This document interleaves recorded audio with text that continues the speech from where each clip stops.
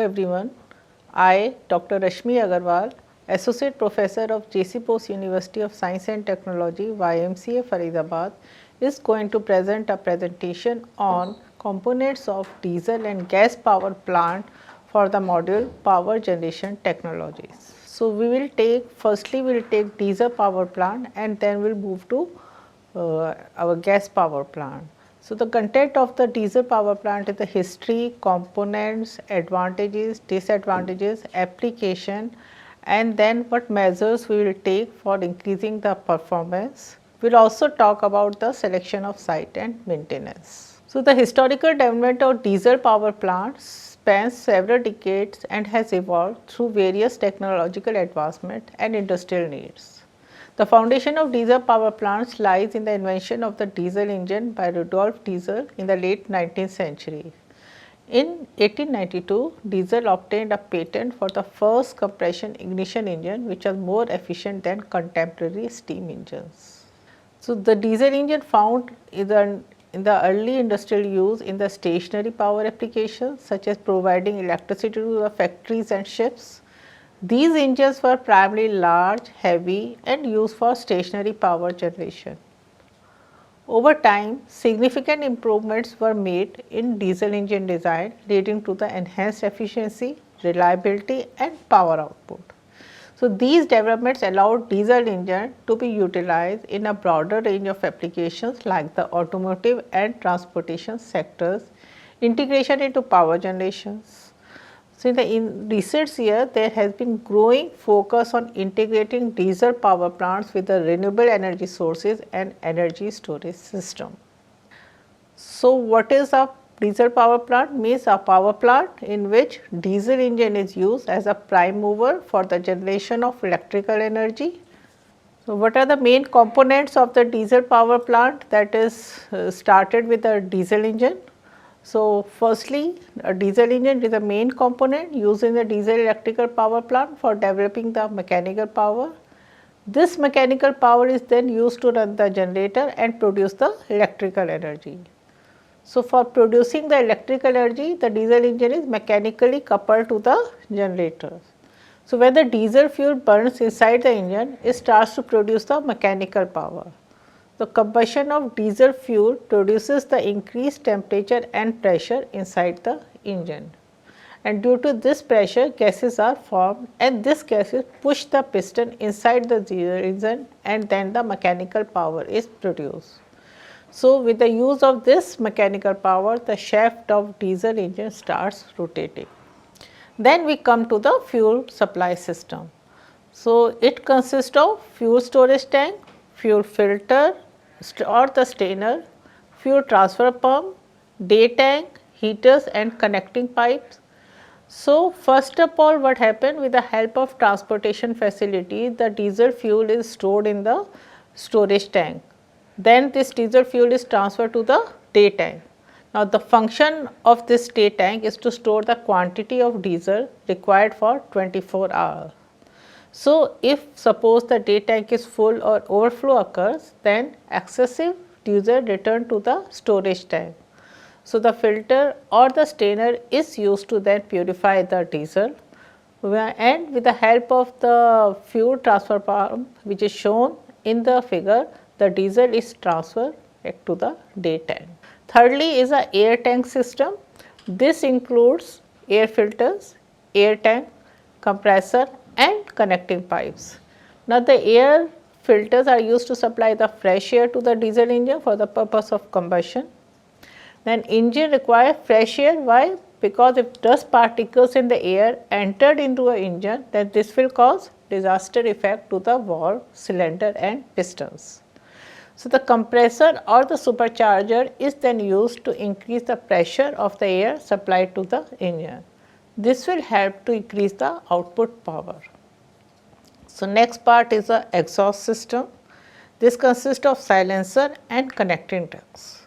So, as the temperature of the exhaust gas is sufficiently high, it is used for heating the fuel oil or air supply to the diesel engine. So, the exhaust gas is removed from the engine to the atmosphere by means of this exhaust system. In this, a silencer is normally used to reduce the noise level of the engine. So, next system is your cooling system. Now, in cooling system, the diesel plant, which is crucial for maintaining the optimal operating temperature, ensuring the proper functioning and longevity of the equipment. So, this system primarily focus on managing the excess heat generated during the power generation process. There are various components and methods involved in the cooling system of a diesel power plant. This cooling system then consists of water source, pump and cooling towers. Now, this pump circulates the water through the cylinder and the head jacket. So, this efficient cooling system are vital for the longevity and reliability of the diesel power plant. They ensure that the engines and the associated components operate within their optimal temperature ranges, reducing wear and tear while maximizing the efficiency and lifespan of the equipment. So, regular maintenance and monitoring of cooling system are essential to ensure they function optimally and prevent overheating or equipment damage. So, this diesel engine cooling system, as we told, it consists of coolant pump, water cooling towers, spray ponds, water treatment or filtration plant and collecting pipe works. So, what happened that high temperature which is caused may cause a permanent damage to the machine. Therefore, it become necessary that overall temperature of the engine should be lowered to a tolerable level. As a result, the cooling system does exactly the same purpose. So, what happens, the water pump now circulates the water to the cylinder of diesel engine to carry away the heat. The cooling tower is used for the same water reused. Pump circulates water through the cylinder and heat jacket, and as a result it take away the heat from the engine. So, this cooling system now can be of open cooling system or it can be a closed cooling system. Now, next part is the lubrication system. As shown in the figure, it consists of lubricating oil pump, oil tanks, filters, coolers, purifiers and connecting pipes. So, the system provides lubricating oil to the moving part of the system in order to reduce the friction between them. So, what happened that the system is there for reducing the friction between the engine parts. It also minimizes the wear and tear of rubbing surface of the engine. And this lubricating oil is stored as shown in the figure in main lubricating oil tanks, and here it is drawn by means of oil pump. Then this oil is passed again through the filter for removing the impurities. Because this clean lubricating oil will be delivered to the different part of the machines where the lubrication is required. Now, we also need a oil cooler in order to maintain the temperature of the lubricating oil as low as possible, and it is also cooled through the heat exchanger by means of cold water, hence it is fed to the engine. So, the whole system also needs a starting system. What is starting system? An arrangement to rotate the engine initially while starting until the firing starts, and then the unit run with its own power. So, small sets are then started manually by handle, but for larger units we generally use the compressed air. So, that needs system, storage compressed air tank, self starter, auxiliary engines and electrical motors. What happened that we can also start this with the help of auxiliary engine, as we have already talked, or we can also start with the help of batteries. That is, initially to start the electrical motor, batteries are used and then motor is geared up with the diesel engine. So, what happens then, it will start rotating with the motor and then it will start in few seconds, and as it picks up the speed, the motor will get disengage automatically. In some cases the motor work as a generator. This will further help to charge the batteries in turn. We can, like we have talked, to start with the engine with the batteries. We can also start this diesel engine with the help of compressed air. where the large capacity around 75 kilowatt diesel engines generally are started with the help of compressed air, in which first we open the compressed air valve and then starting lever operated. So, next component is the main component, that is generator, which is also called as the alternator, is the electrical end of the turbo generator set. It converts the mechanical energy of the diesel engine into the electricity. This generator generally consists of rotor, stator, magnetic field, which is generated by permanent magnet or electromagnets, and a system to convert mechanical energy, that is we are getting from turbines, into a rotational energy. So, generally we have direct AC generator and DC generator. DC means direct generator and AC means alternating current generators. AC generators produce alternating current, which is the standard for most of the power distribution system, while the DC generator produces direct current, which is used in specific application where DC power is required. What are the advantages of diesel power plant? It is, as we have seen, that it is simple in design point of view, it requires very small space, it can be designed for portable use, it has got a quick starting facility, and we can start small diesel generators at within few seconds. And even we can also stop when we require. So, generally for the commercial common use, people are using diesel engines, and this diesel engine cost is much less than that of steam power station of the same capacity. There are some disadvantages also. So, as we have already mentioned that cost of diesel is very high compared to the coal, and this is the main reason for which a diesel power plant is not getting popularity over other means of generating power. That means the running cost of this plant is very high compared to steam and hydro power plants. Secondly, the plant generally used to produce small power requirement, and its maintenance is also very high, very complex, and cost is very high. But this system also do not work satisfactorily under the overload condition for a longer period. So, we use this diesel plant as a peak load power station in combination with other plants, because they can be easily started and stopped based on the varying electricity demand, and we can also use an application that require mobility of the power source. These are appropriate since they can be mounted on trailers and used at different locations. But in case of power shortfall, diesel plants can effectively use as a emergency plants. They can also be used as a black starts to start main plants such as nuclear and the coal plants. So, we can also say that we can use it as a standby unit. Now, they are also gaining popularity in many developed countries as emergency and standby units, while other plants like nuclear, gas, coal, wind and solar are more widely used for base and peak load power supply.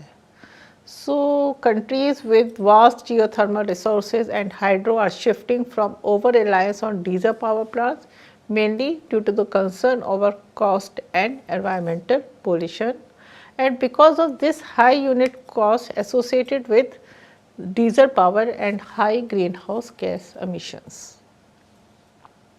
So, it is now clear we can use as a temporary plant, we can use it as a peak load auxiliary plant, we can use as an emergency plant, and we can use as a supply unit for cinemas or hospitals, etc.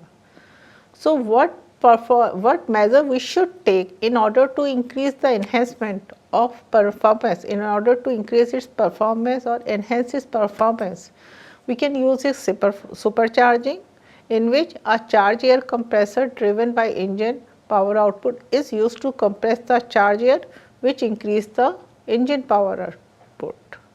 We can also use turbocharging, that increase engine power output by increasing engine charge. It is more efficient at its use waste exhaust energy. Thirdly, we can use cogeneration, where waste heat is used to generate steam to run a Rankine steam turbine for extra power generation. So, this generation then increases and reduces the specific fuel consumptions and emission intensity. We can also use as dual fuel power plant, a design in which diesel in a prime mover can run on diesel or heavy fuel oil, and another gas, usually natural gas or as a natural gas, is more cleaner than diesel and it has more power density. Secondly, these dual fuel engines have less environmental impact and lower cost of generated power. So, we should select a site before installing the diesel power plant. Firstly, it should be installed near to the load center in order to reduce the transmission and distribution cost of electrical energy. Then there should be a proper land near to the load center at a low cost, so that because the cost of diesel power station itself is very high. Thirdly, that because the foundation should be very strong, because this diesel engine produces the vibration, and this fourthly, this power station needs a fuel. So, we should need a proper fuel transportation system. Then next one is that it should be located away from the populated areas because it produces the noise, and we should maintain this diesel electrical power plant by there are some measures. We can maintain the operating condition at every half an hour. We can maintain the correct record of the instrument reading in the log sheet, and then we can also maintain the record of the instrument temperature, pressure, flow, etc. Then we should also maintain the fuel level of fuel oil periodically, and this fuel should be cleaned at regular intervals by filterizing.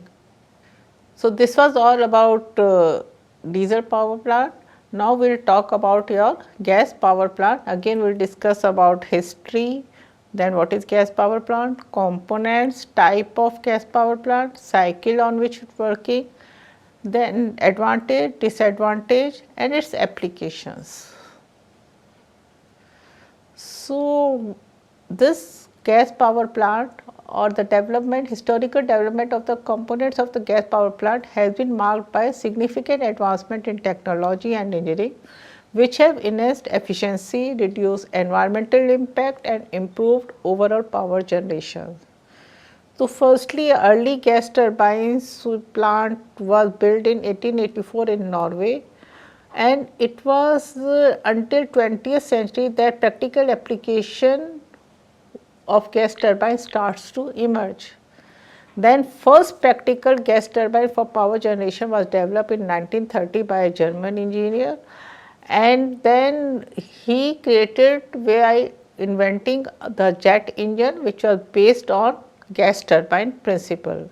Their work laid the foundation for the use of gas turbine not just in aviation but also in power generation.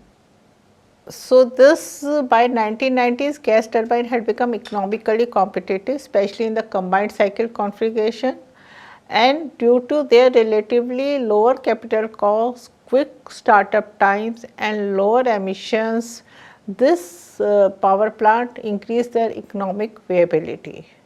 Then this gas power plant was integrated with renewable energy in recent years in order to create a hybrid system for more flexible, efficient and environmentally friendly power generation.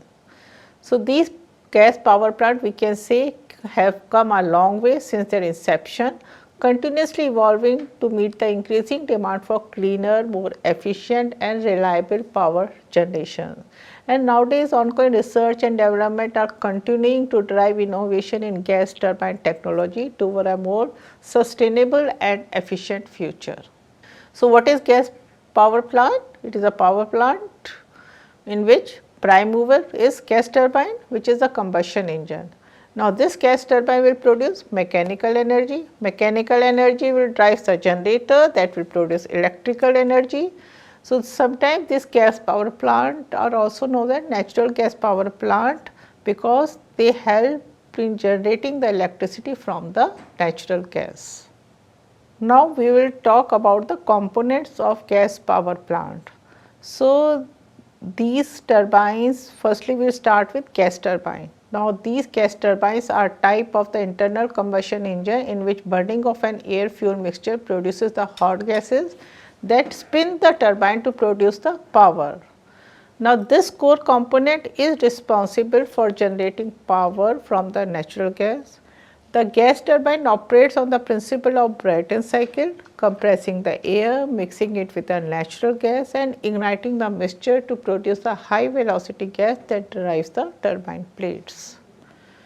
So, next component is like air compressor. What happened that the air compressor is a component, fundamental component of gas turbine power plant, whose function is to draw in atmospheric air and compress it to high pressure before it enters the combustion chamber of the turbine.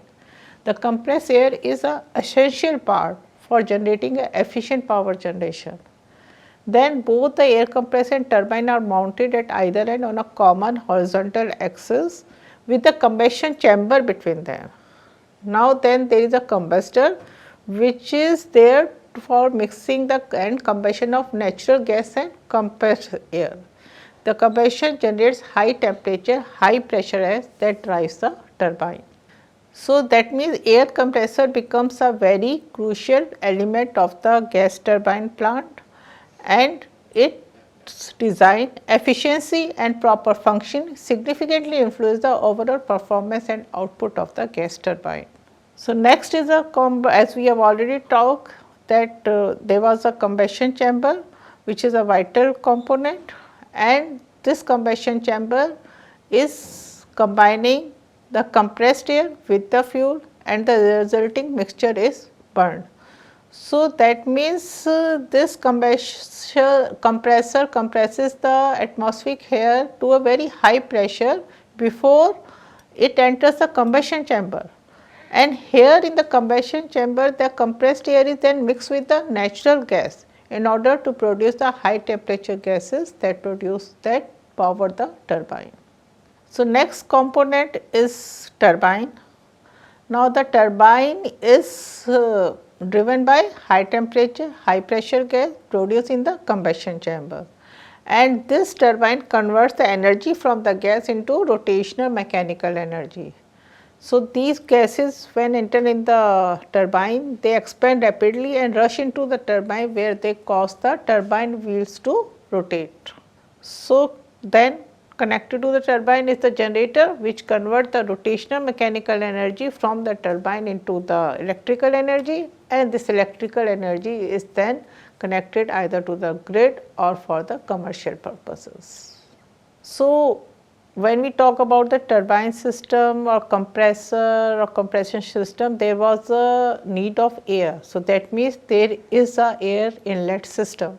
Now, this air-led system is responsible for drawing an ambient air from the environment and delivering to the gas turbine compressor for the compression purposes.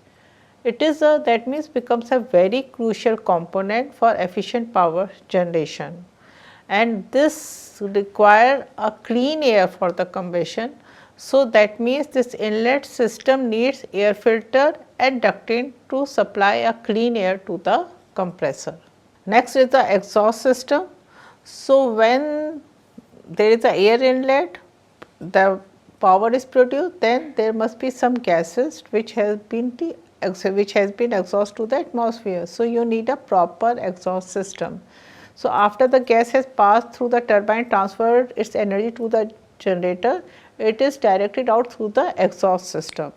This might include heat recovery system to reclaim some of the waste heat energy from other purposes like heating or additional power generation. So, these exhaust system generally remove the gases produced during the combustion and directed them through the emission control systems such as catalytic converters or selective catalytic reduction to reduce the emission before releasing them into the atmosphere and polluting the environment. So, we can after studying these components, we can differentiate different type of power plant on the base of the gas turbine. So, mainly there are open cycle gas turbine and closed cycle gas turbine. An open cycle gas turbine is a type of power generation system that use a simple process to produce the electricity. Open cycle means the working fluid, that is air used in the turbine, is not recycled but rather released into the atmosphere after passing through the turbine. So, it is a very efficient way and a means, especially in a situation where quick startup and flexibility are required. And this is often used in peaking power plants or in a situation where flexibility and responsiveness are crucial, but they are less fuel efficient compared to the combined cycle power plants. Additionally, these plants may have higher emissions per unit of electricity produced compared to the more advanced combined cycle systems. So, next is a closed cycle turbine, which is a power generation system, which is, as the name says, involves a closed loop cycle for the working fluid, and in this the working fluid can be a gas, sometimes helium or the carbon dioxide, is continuously recycled through the system before it is released to the atmosphere. That means they are particularly useful in a situation where environment or the working condition making it impractical or less efficient to use atmospheric air as a working fluid.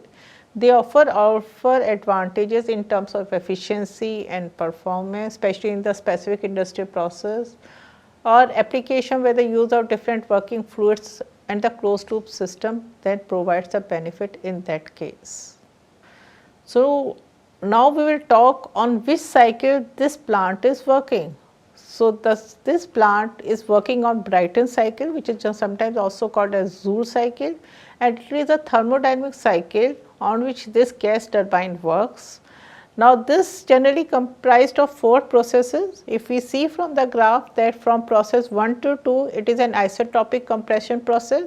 Here a little rise in the temperature of gas occurs due to the compression, and since it is a compression process, volume of the gas decreases. Then comes the process 2 to 3. It is a constant pressure heat addition process where a little increase in volume happens due to the heat addition, and because there is an addition of heat, temperature of the gas increases. Then process 3 to 4, it is an again isentropic expansion process where there is a dip in the temperature due to the expansion and volume of the gas increases. Then we come from 4 to 1, again there is a isobaric heat rejection process. Here there is a little decrease in volume due to the heat rejection and temperature of the gas decreases. So, if we see that from the chart shown on the slide that from process 1 to 2 there is a work interaction from H2 minus H1, but there is no heat interaction. For process 2 to 3 there is no work interaction. From process 3 to 4 there is no heat interaction, and for process 4 to 1 there is no work interaction. Now, from this Brayton cycle we can calculate the efficiency, which is a ratio of work output to the heat input. Now, work output, as we seen from the table, it is the process of from H3 to H3 to H2 minus heat transfer from 4 to 1. And what is the heat input? It was in the process from when the process is moving from 2 to 3. So, efficiency comes out to be a ratio of work output and heat input after substituting the values. So, this was all about the gas power plant. Advantages: design, simple to design, construct, small weight and dimensions, high maneuverability, low installation, maintenance cost, lubrication cost, and low content of harmful substances in the exhaust gas. So, this helps in generation of large power as a single unit, but with advantage we always have a disadvantage also. It has a problem of starting. So, we have already discussed that we need a compressor or needs to be operating, thus external source of power is necessary, and net output is low since great power is used to drive the compressor. So, that means efficiency of the overall efficiency is low, around 20%, because of the exhaust gases, and this become efficient only if you use it in a combined cycle configuration. Last point, the temperature of the combustion chamber is too high, thus resulting in a lower life. So, that means applications in power plant, to drive aviation system of all kind of aircraft, to drive locomotives and marine ships, and to drive auxiliaries like compressor, boilers or pumps. So, what are the future scope? Firstly, we have to increase the efficiency, and for this some research and developments are going in order to increase the efficiency by using advanced material, improved combustion technologies and design modifications. Then we can use it as a hybrid and flexible operations. We can integrate with the renewable energy sources which give more flexible operation and more smoother transition between conventional and renewable energy sources, ensuring the stability in the grid. And we can thirdly, we can also consider about the environmental considerations, because this are focusing more on environmental friendliness, striving for lower emissions, reduced water usage and overall sustainable operation. So, in summary, we can say the future of gas turbine plants will likely focus on enhanced efficiency, reduce emissions and advanced technology to adapt to evolving energy needs and environmental considerations. So, in conclusion, gas turbine plants are the future of power generation industry, and they still present the most reliable and efficient solution for the power generation in a coming industry for the coming years. Thank you.